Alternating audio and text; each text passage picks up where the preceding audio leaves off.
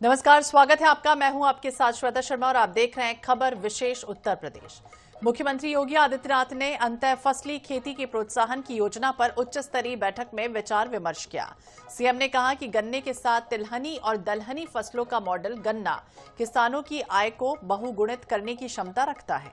ये मॉडल किसानों को उच्च मूल्य वाली फसलें जैसे सरसों, मसूर और मूंग देने के साथ स्थिर आय प्रदान करेगा। मुख्यमंत्री ने कृषि क्षेत्र में उत्पादन बढ़ाने के लिए इकाई क्षेत्रफल से अधिक फसल उत्पादन को आवश्यक बताया, जो राज्य की आर्थिक स्थिति को मजबूत करेगा।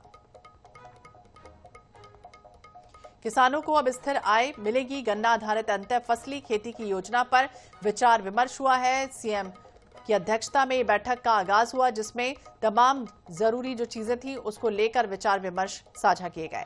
किसानों को स्थिर आय और जोखिम से सुरक्षा प्रदान होगी। आने वाले समय में गन्ना आधारित अंतः फसली खेती की योजना जो कारगर साबित हो सकती है। तिलहन और तिलहन की जो फसलें हैं उसे लेकर उत्पादन बढ़ाने के लिए नई दिशा की जरूरत होगी, सीएम ने कहा। और अब जोखिम से सुरक्षा भी किसानों को मिलेगी।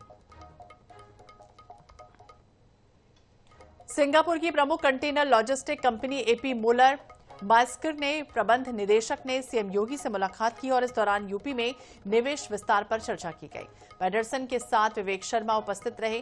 सीएम ने बताया है कि पिछले 20 वर्षों से कंपनी उत्तर प्रदेश में निवेश कर रही है और राज्य अब विदेशी निवेशकों के लिए एक आकर्षक गंतव्य बन चुका है। उन्होंने कहा कि यूपी देश के सबसे तेजी से विकसित होते राज्यों में शामिल है, जहां निवेशकों के लिए सुरक्षित, स्थिर और पारदर्शी वातावरण है। तो यूपी में निवेश होगा और यूपी में व्यापारिक जो अवसर हैं वो बढ़ाए जाएंगे। आने वाले समय में उससे और दिशा देने की कोशिश है। इस अवसर पर साफ तौर पर बातचीत हुई है।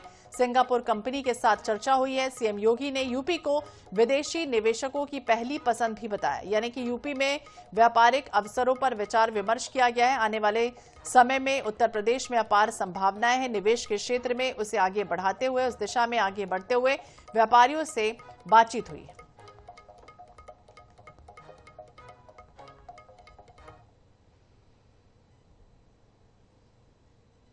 इधर सीएम योगी ने सरदार वल्लभ भाई Patel employment and industrial zone योजना की घोषणा की। इस योजना के तहत सभी जनपद में उपयुक्त भूमि शीघ्र ही चिन्हित कर जोन विकसित करने का निर्देश दिया गया है। मुख्यमंत्री ने कहा कि ये योजना कौशल विकास, रोजगार, उद्यमिता के अवसर एक ही परिसर में उपलब्ध कराएगी। एमएसएमई, सेवा उद्योग और नवाचार क्षेत्रों को प्रोत्साहित करने के लिए प्लग एंड प्ले सुविधा, कॉमन फैसिलिटी सेंटर और फ्लैटेड फैक्ट्री जैसी सुविधाएं विकसित की जाएंगी। युवाओं को उद्यमिता प्रशिक्षण, मेंटरिंग और ऋण योजनाओं की जानकारी भी दी जाएगी। रेल मंत्री अश्विनी वैष्णव ने उत्तर रेलवे के डीआरएम सभागार में वर्चुअल प्रेस कॉन्फ्रेंस की। इस दौरान उत्तर प्रदेश के लिए 20,012 करोड़ रुपए के रिकॉर्ड रेल बजट की घोषणा की गई। रेल मंत्री ने बताया है कि ये बजट कांग्रेस सरकार के कार्यकाल के मुकाबले करीब 18 गुना अधिक है। इस बजट से प्रदेश में रेलवे इंफ्रास्ट्रक्चर को मजबूती मिलेगी और यात्रियों को आधुनिक सुविधाएं मिलेंगी। खासकर दिल्ली, वाराणसी, पटना, सिलीगुड़ी तक प्रस्तावित हाई स्पीड कॉरिडोर को लेकर क्षेत्र में नई उम्मीदें जगी हैं। इस निर्णय से रेलवे क्षेत्र में उत्साह का माहौल बन गया। वहीं प्रदेश की रेल सेवाओं में तेजी से सुधार की उम्मीद भी है।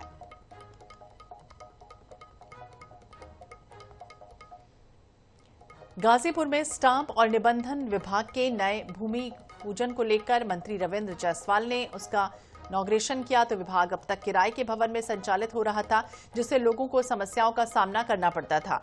इन समस्याओं को ध्यान में रखते हुए गाजीपुर में भवन बनाने का निर्णय लिया गया और जिला प्रशासन ने आरटीआई ग्राउंड में जमीन आवंटित की।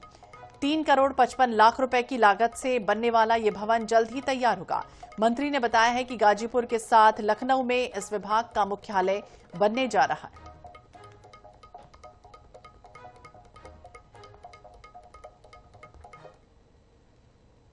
गोरखपुर में सनसनीखेज हत्याकांड का खुलासा हुआ, जिसमें मुंबई की युवती पूजा की हत्या उसके प्रेमी और उसकी पत्नी ने मिलकर कर दी।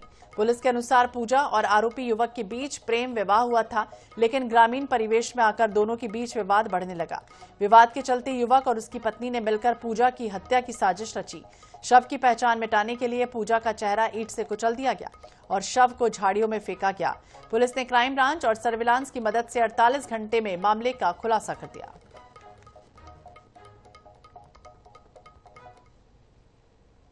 शाहपुर पुलिस ने बिजली ट्रांसफार्मर में चोरी करने वाले गिरोह का भांडाफोड़ करते हुए 6 चोरों को गिरफ्तार किया। आरोपियों ने 8 चोरी की घटनाओं को स्वीकार करते हुए 220 किलो एल्यूमीनियम का तार और कोयल बरामद किया, जिसकी कीमत लाखों में है। एसएसपी संजय वर्मा ने बताया है कि मुठभेड़ के बाद गिरोह के 6 सदस्यों को पकड़ा गया, जिनके पास से 2 तमंचे, 2.5 लाख रुपए का चोरी का माल बरामद हुआ। गिरोह का सरगना जोगेंद्र है, जिसके खिलाफ कई आपराधिक मामले दर्ज हैं।